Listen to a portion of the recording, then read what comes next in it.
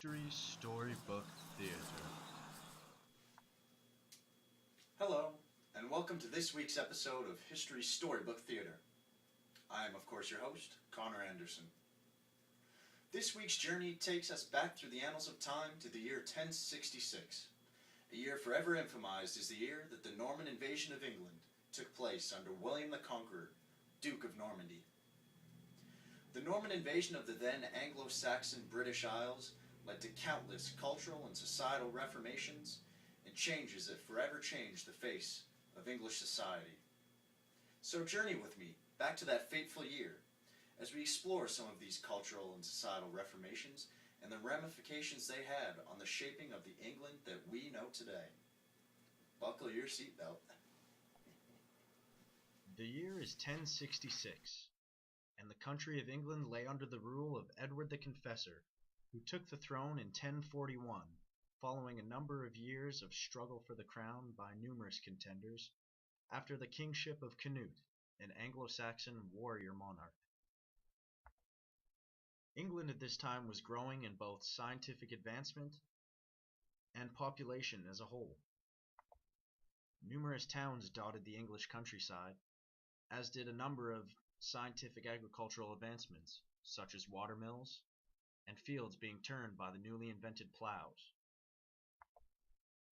Slaves were few in number at this time, and serfdom was widely spread. The country's Anglo-Saxon ruler enlisted an early form of feudalism in his societal structuring. Feudal titles included thanes, fyrds, ealdormen, earls, sokemen, and chorls. Though literacy amongst the nation's public was on the decline, literacy throughout the central bureaucracy that surrounded the throne was very much intact. This central bureaucracy, at the time known as the Witan, acted as an advisory council to the king. King Edward would marry Edith, daughter of Godwin, Earl of Wessex. However, due to his extremely pious nature, he would remain celibate throughout the course of the marriage and would never produce an heir. Alternatively, Edward would promise the throne to a known friend, the Duke of Normandy, the young William I, who would soon earn his name as the Conqueror. Following King Edward's death on January 5th, 1066, the English throne was taken by Harold Godwinson, who would prove to be the last Anglo-Saxon ruler of England. In the late days of September of 1066, the English forces under Harold Godwinson were preoccupied in the north of England, fighting off the invading forces under Harold Hardrada, the Viking ruler. This proved to be a major inconvenience, for on September 26, 1066, only one day after the forces of Harold Godwinson were able to defeat Harold Hardrada in the north, William I landed in the south of England. The Norman conquest of England had officially begun, and the English forces were forced to rush south as a means of intercepting. On the 14th of October, the English forces under Harold Godwinson and the Norman forces under William I would meet at the Battle of Hastings. The battle that ensued will forever be known as one of the greatest in English history, pitting two of the great contemporary armies of the time head to head in armed combat, fighting for king and country. However, the battle proved to be a decisive victory in favor of William's Norman army. As is made apparent in Malmesbury's account, the Battle of Hastings. In this account, the Anglo-Saxons are described as insubordinate to the Normans, fighting with rashness and with little tactic, and armed with only battle axes and swords. The English masses were overtaken by the militarily superior Norman armies.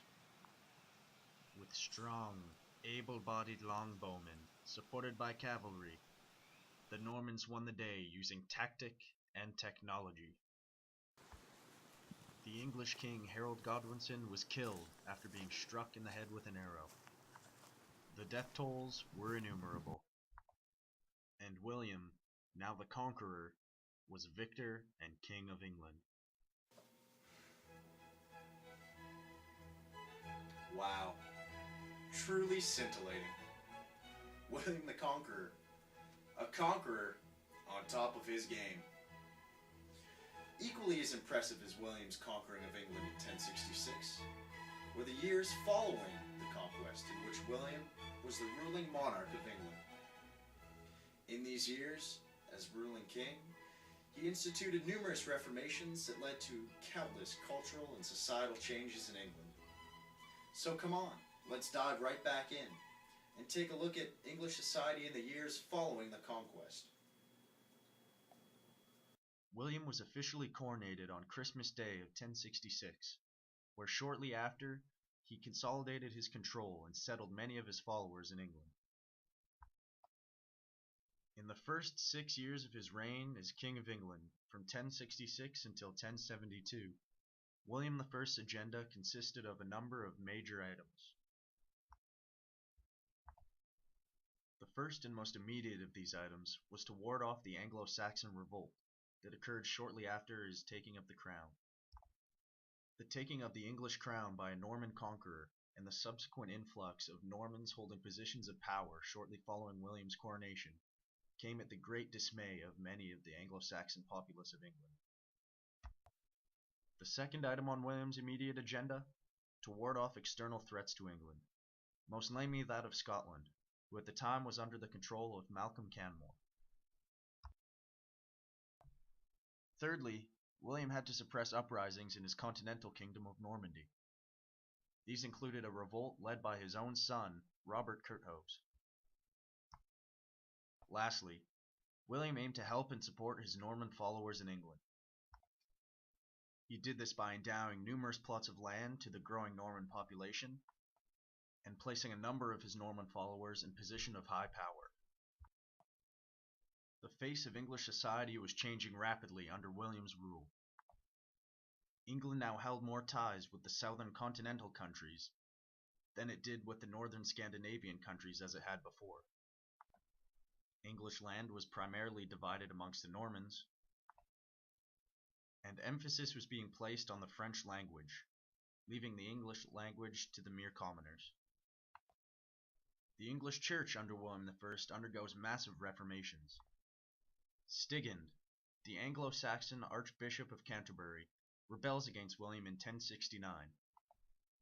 His efforts are thwarted, and he is removed as the Archbishop by the Papal Legate, only to be replaced as Archbishop by the Norman Lanfranc. Shortly following, Thomas of Bayeux, also a Norman, is made Archbishop of York. Other attempts to rebel by English bishops are carried out, such as that taken on by the Bishop of Durham in 1071.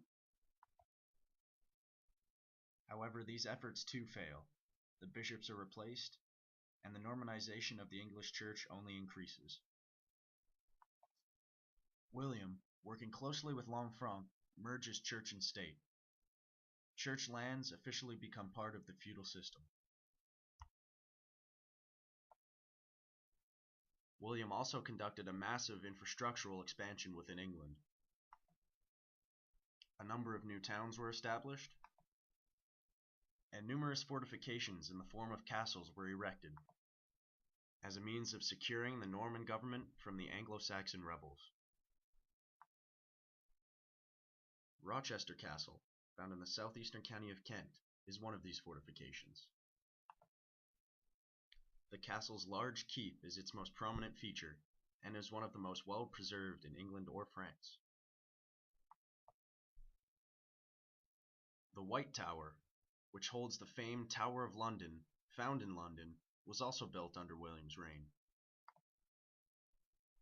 The White Tower and its surrounding grounds would house some of England's greatest rulers, and act as the setting at which some of England's most important historical events would. Additional restructuring occurred within the government, which not only changed in terms of personnel, but in its legislation as well. William's government compiled the Domesday Book, which was a complete and descriptive account of all land holdings in the Kingdom of England, that dated well back into the years of Anglo-Saxon rule. The book was written primarily for efficiency in tax collection. William also introduced the murdrum, which was a law that stated that if a Norman was murdered and the killer was not found within 5 days, that all Anglo-Saxons living within the area of the murder would pay a fee. William also conducted the Salisbury Oath, where in 1086 he summoned his tenants-in-chief and landowning men of any account to Salisbury, where he forced them to swear allegiance to him against all other men, in return for their landholdings. William carried out these legislations as a means of achieving security and order within the realm, a feat that he was ultimately successful in achieving.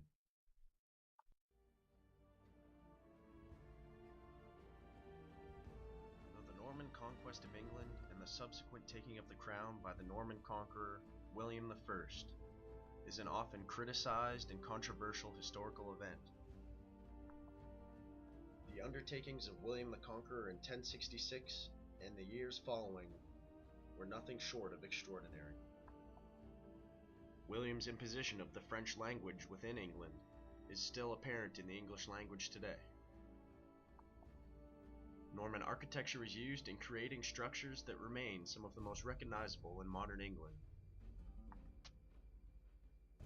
And reformations in both the church and the state would continue to hold pertinence for hundreds of years successive to their implementation.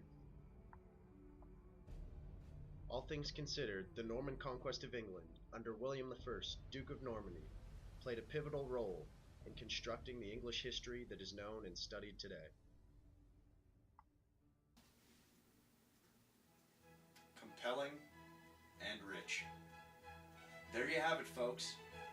The Norman conquest of England, a pivotal turning point in Western history.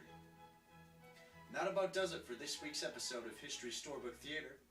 I'd like to thank you again for tuning in and remind you to tune in for next week's 2-hour season finale titled Gravedigger, The Makings of a Monster Truck Legend. You're not going to want to miss it. Signing out, this is Connor Anderson, wishing you all good evening, and make sure to read a book.